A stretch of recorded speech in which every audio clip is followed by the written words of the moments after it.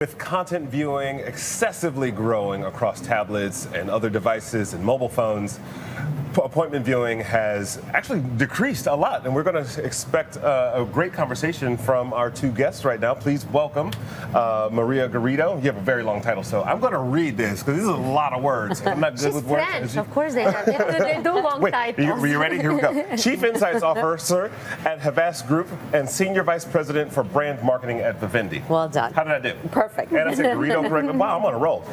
Anna Andjelic, Executive Brand Consultant at Montclair. So that makes it simple. Thank you for your simplicity. So let's just jump right in. Where is streaming going, and where is appointment content not going? Where are we so far? If I can, 2 points I'd like to make on that. I think there's still some this morning in the conversation that was on the stage. They were talking about how appointment content still has, or appointment TV still has some magic to it. There's the anticipation of waiting for that episode. There's the discussion of the people that sit around in a community to watch that episode and then talk about it at the cooler the next day at work. Now we're in the streaming world where it's very much a solitary experience for people. Even if you talk about it the next day at work, there's still that solitary approach. On the streaming bit, there's so much content out there, and even more platforms that are coming, that is just massive overload. People spend on average an hour a day trying to even figure out what to watch. It's very frustrating.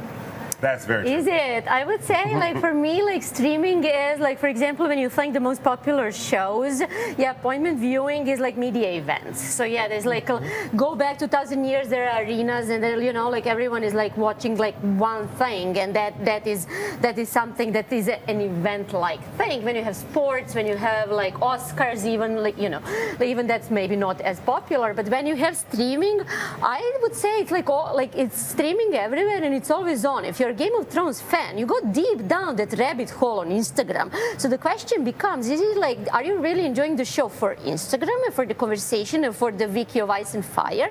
Or are you enjoying it for the really episodes that are happening in that limited period of time? Well, there's also, with great story comes the idea of FOMO. You don't want to miss out, or you don't want the spoiler alerts, you want to experience it for yourself.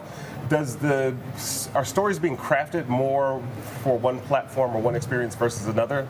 I think what platforms have allowed, and the massive diversity of platforms, have allowed the content to be more diverse.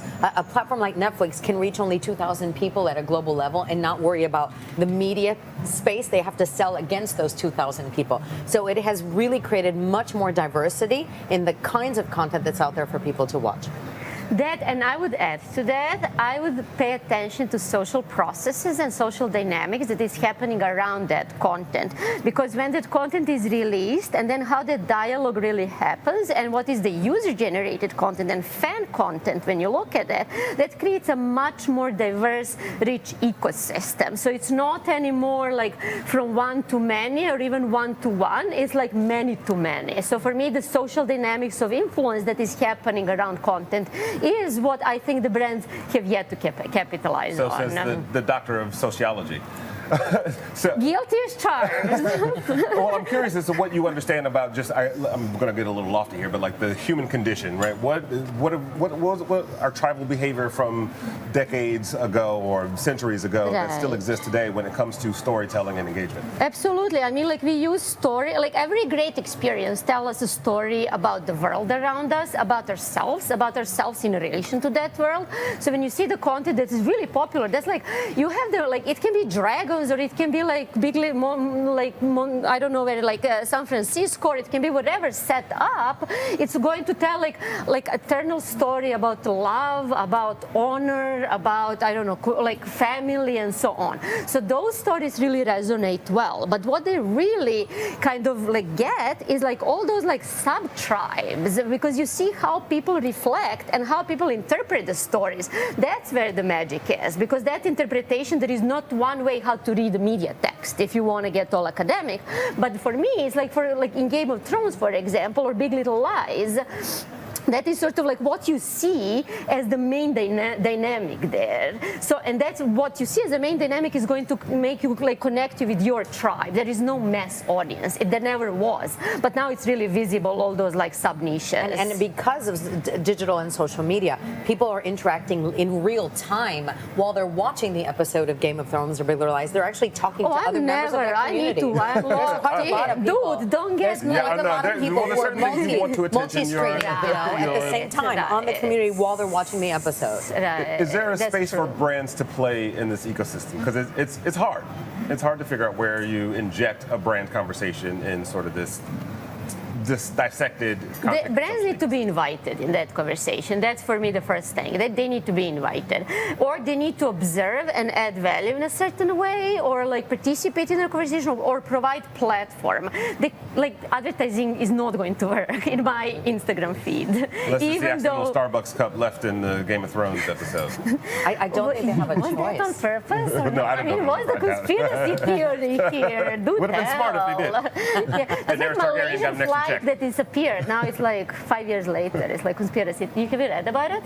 We are going over the rails. No, and I don't think brands have a choice anymore because regular advertising doesn't work. You have 420 million people who have ad blockers on their phones. Thanks to platforms like Netflix, people are used to ad-free models, especially younger generations. I think there's a lot of lessons that the brand world can take from the entertainment world, who is in the business of emotionally engaging people. They have to take those best practices and apply them to their brands. Right, but I'm thinking about the Burger King and Game of Thrones for the throne. They had a special burger, and I don't know how that has worked, but they claimed it was popular. It was not. I would normally say it was an unbelievably offensive, but it wasn't for some reason. It kind of was at the right time, at the right place, and I can't believe that I'm actually defending like this brand entertainment integration. But for some reason, I guess that the fans, there was audience synergy. So I think audience synergy is, or how do you design for social distribution? If you have something that's Instagrammable or something like that, or if you have some content that's shareable for intrinsic value. So I would say, yeah, that would be. Well, I don't want to just stop at visual content, right? Music is another area of streaming experiences, and I think the immediate connection to a music or a song or an artist is a little bit different than it is to a short form or long form piece of visual content. What are your takes on that? I think all forms of entertainment content have lessons to teach the brand world about how to engage people emotionally. And I'm not talking about slapping an artist onto your brand and hoping that that's going to have a positive halo effect of what you're trying to do. It isn't always about entertainment. Certain industries, people want content that's educational. They want content that's inspirational. Healthcare is a great example. Healthcare isn't about, I'm going to take the celebrity and slap it on and invite you to a concert. Right. It really is about, we need inspirational. Spokesperson, and you're going to buy your all the time. We need to think of more intelligent from ways. that doesn't matter. It's like, but no, yeah, there are more intelligent ways to use artists, whether they be music artists or fashion artists or theatrical artists, for the sake of the brand. Right. Well, you've got that idea of community, right, where the fans will go out to see the artist, and they want to have a visceral and touch, feel, see a multi-sensory experience with said content. Yeah, exactly. And for me, there is always a step back. So it always is. What is the role of this content in relation to my audience? What do I want this content to achieve? Do I want to excite them? Do I want to celebrate an aspect of their life? What do I want to do? And how does that fit within my wider business and brand objectives? Correct. So now when you have a Miley Cyrus, a music artist, and Stella McCartney, a fashion artist, they're collaborating on Miley Cyrus' new single release with this collection. So I think ideas can live, like what streetwear culture and what actual internet culture these days taught us is that ideas can live in many forms. It can be a tangible as a t-shirt with the, Supreme. It can be like a single, or it can be like a piece of digital content. And content goes beyond what we in this industry consider content. Totally. In the eyes of the average consumer, it can be everything from like a loyalty magazine to a VIP experience. I mean, it goes really what the breadth of content is big. Invite-only experience like LVMH is doing in their chateaus in France. Like that's anything that's is content. Some sort of, because experience economy sort of wipes the distinctions between categories. So like hospitality or fashion or retail or healthcare, they can't afford anymore to be unidimensional. Winners are those who really design their organizations and their business models for the experience market that rewards business models that are built around transformational experiences. And ironically, what's happening is because we're all stuck to this thing in our hand 24 hours a day, people are lacking human interaction. And more, especially the younger generations, the Gen Z that are coming behind, are actually asking brands to give them opportunities to interact with real human beings because they desperately need it. That's like luxury these days. It really is. Like when you have privacy rich and privacy poor, and you want to have like those like white glove butler experience that's a human being can provide. No sort of personalization and AI like, exactly is going to give you that. It's going to happen to you. They're going to have your like data footprint. Right. Have we maxed out on platforms? It seems like every other day there's a new company funded and getting ready to launch, and they're going to provide XYZ type of content. And, like you said earlier, it takes an hour just to funnel through what you're going to select to watch. Well, this morning I was watching the conversation on stage, and I thought, oh God, here comes another platform. And then he went, we have all the historical MGM films from the 1930s and 40s, and I went, wait a minute, I don't have that available anywhere else. so I changed my mind. But honestly, the data, 72% or 78% of Americans have a major pain point with discovery. There's plenty of platforms that are coming out there that are trying to consolidate all of the different platforms out there. So when you're looking for something specific to watch, they can tell you where to go. This is a developing area because there's just so much out there. It's hard to find. Because you had two-sided markets, which is build supply and demand, and now it's curation. Who is going to come as an interface to curate all that supply based on the data they have about what you like? So I'm obsessed with TikTok, speaking of new platforms.